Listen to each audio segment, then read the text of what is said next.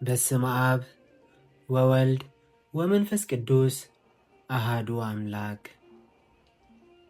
አስተንትኖ መዝሙር ሱግሚ አይጋረይ እናተፈለጠኒ ፍጥነቱ ቀነሰ። ህርመት ልበይ ግና አንጻር አጋረይ ብፍጥነት ብምህራም ዲግ በለት። ኣብ ኣእዛነይ ጋሻ ዝኾነ ድምፂ ተመላለሰ። ቅድሚ ሕጂ ሰሚዕያ ዘይፈለጥ መዝሙር ምዃና ኣይተጠራጠርኩን።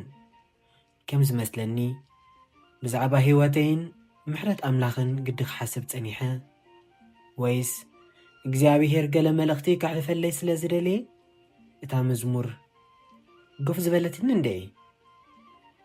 ስቒለ ንኸይሓልፋ ግን ሕልናይ ክእዝዘኒ ተፈለጠኒ።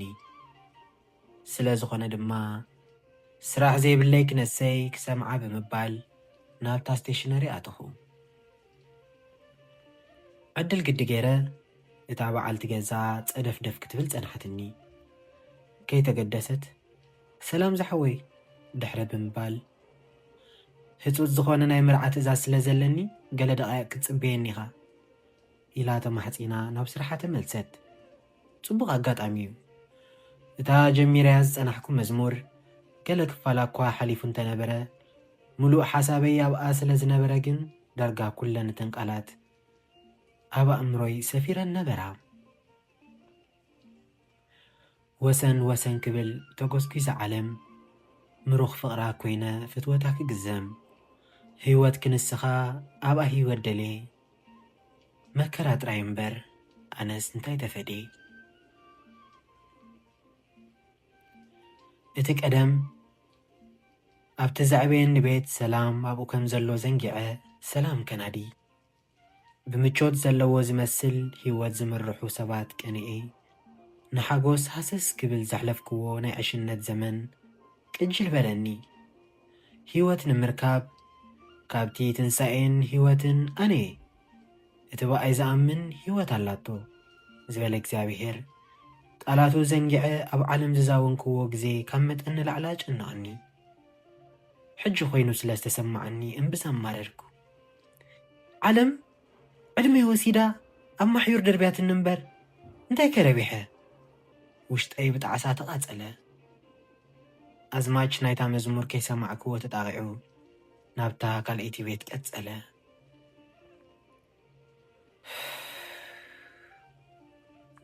ዓሚቕ ድሕሪ ምስትንፋስ ሕልናይ ኣኻኺበ ምስማዕ ቀጸልኩ። ጀለምታ ንባዓተይ ንበይነይ ዝነብዖ ቃንዛት ሓጢኣተይ ከመይ ክርስዖ?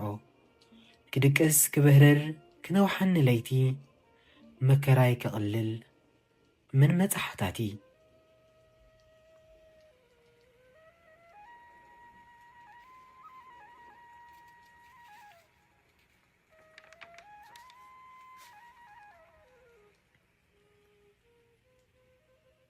ካብ ቤት ልዑል ጐይታ ብገዛእ ፍቓደይ ክወፅእ እንከለኹ ዛንታ ትጥፍእ ወዲ ድገም ከም ዝተባሃልኩ ናብ ጥፍኣትን ዕብዳንን ዝፈጠንክሉ ናይ መከራ እዋን ዘኪረ ነባዕኩ። ምኸሮ ተኣበየ ግን መከራ ይምከሮ ከም ዝተባህለ ግዜ ምስ ወሰድኩ ዝነበረኒ ኩሉ ወዲኤ ሓገዝ ኣብ ዝሓተት ኩሉ እዋን ዓለም ጸማም እዝኒ ሂባ ንንእስነተይ ተጸየነት። ብመከራኣ ኣብ ጌጋ መንገዲ ከም ዘለኹ ሓበረትኒ። ሽዑ ጀለምታ ነባዓተይ ካብ ዓይነይ እንዳዛረየ ከም ግብሪ ናይታ ናይ ንስሓ ኣብነት ማርያም ንተሓጥእ ክደግም ከም ዘለኒ ዘከርኩ። እተን ብመከራ ዝነባዓ ዒንተይ ንባዓተን ኪዓገትኩ ኣንታ መሓሪ መሓረኒ እንዶ ምሕረት ካልኣኸለይ እንዳበልኩ ተማሕፀንኩ። ቃንዛ ናይቲ ሓጢኣተይ ካብ ምብርትዑ ዝተላዕለ ክርስዖ ኣይከኣልኩን።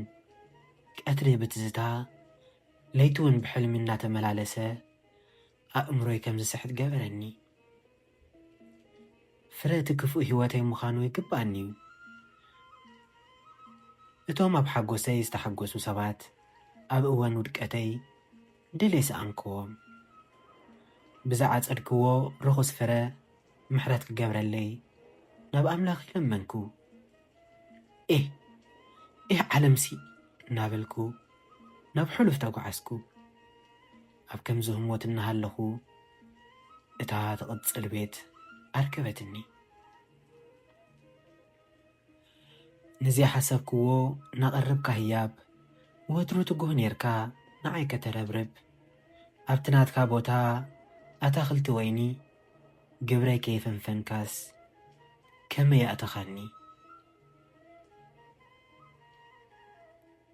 ነዚ ሓሰብክዎ እትብል ቀዳሚት ቃል ናይዛ ቤት ብዙሕ ከም ዝሓስብ ገበረትኒ። ብርግጽ ኣብ ኩሉ ጉዕዞ ህይወተይ ክሓስቦ ዘይክእል ነገራት ኣምላኽ ፈጺሙለይ እዩ። ልዕሊ ኩሉ ህያባት እቲ ስለይ ስለ ሓጥእ ስለ ኩሉ ዓለምን ዝተበጀወ እኳ እንተኾነ ኣብ ውልቃዊ ህይወተይ እውን እንተኾነ ካብ ምብዝሖም ዝተላዕለ ክንዲዚ ክብሎም ዘይክእል ህያባት ተዋሂበ። ዓማጺ፣ ሓሳዊ፣ ቀናእ፣ ተቐያሚ ክነሰይ እኳ ኣፍ ደገ ቤቱ ኣይዓጽወለይን። እኳ ደኣ ኣብቲ ሓጢኣት ዘለዎ ጸጋ እግዚኣብሔር ይበዝሕ እዩ እናበለ ብንስሓ ንኽምለሶ ብተስፋ ይመልኣኒ። በዚ ምኽንያት ልዕሊ እቲ ዘሕለፍክዎ ጸልማት ህይወት ኣብ ሕቑፉ ምህላወይ ሓጐሰይ ገንፈለ።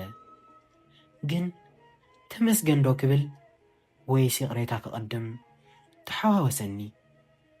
ኣብ ከምዚ ህሞት ከለኹ ድማ እታ እትስዕብ ቤት ንምስማዓ ወሰንኩ።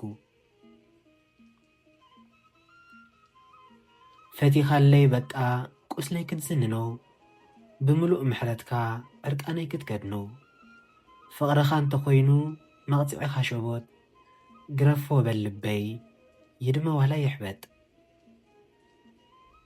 ኣብ ጎደናታት ዓለም ሕሉፍ ግብርታተይ ኣይምውት ኣይህልው ገይሮም ዝሰንደወኒ ንቁስለይ ርእዩ ካብ ልቡ ደንጊጹ ዝሕግዘኒ ሲትረፍ ደፊሩ ዝጥምተኒ ሓደ ሰብ እኳ ኣይነበረን። እንተ ትርህሩህ ጐይታ ግን ከም ሕያዋይ ሳምራዊ ቁስለይ ዘነነለይ ብፍቕሩ ኣበደኒ። እወ ንዕርቃነይ ብዕርቃኑ ዘነነለይ። ኣነ ግና ንዝተገብረለይ ረሲዐ ክንዲ ዘመስግን መሊሰ ኣብ ዓለም ኮብለልኩ። እቲ ዘይሕለል ኣባይ ደኸመን፣ እቲ መሓሪ ኣባይ ኣይረብረበን። ተስፋ ኣብ ዘይብለይ ንሱ ኣባይ ተስፋ ኣይቈረጸን። ኣንታ ኣምላኸይ ከምቲ ወላዱ ንውሉዱ ዝቐጽዕ ብሸበጥ ፍቕርኻ ቅጽዓኒ። ልበይ ክሳብ ዝሰምዓካስ ብፍቕርኻ ግንሓኒ በልኩ። ብርህራሂኡ ተማሪኸ ህይወተይ ክልውጥ ምስ በልኩ ሓደ ነገር ትዝ በለኒ። ስሙ ከይጸዋዕኩ ካብኡ ናርሒቐ እናሃደምኩ ንሱ ግን ንምሕረት ከም ዝጸዋዕኒ። ሽዑ ኣብታ ሳልሰይቲ ቤት ዘይተመለሰትለይ ሕቶ ባዕለይ መለስኩ። ነዚ ሓሰብክዎ ናቐረብካ ህያብ ኣይ እግዚኣብሔር ብመሳልል ተመስጦ ሰማይ እናደየብኩ ኦ እግዚኣብሔር ሓይለይ የፍቅረካየ፣ ኦ እግዚኣብሔር ሓይለይ የፍቅረካየ፣ ኦ እግዚኣብሔር ሓይለይ የፍቅረካየ እናበልኩ ንምስጋና ብልበይ ተበገስኩ።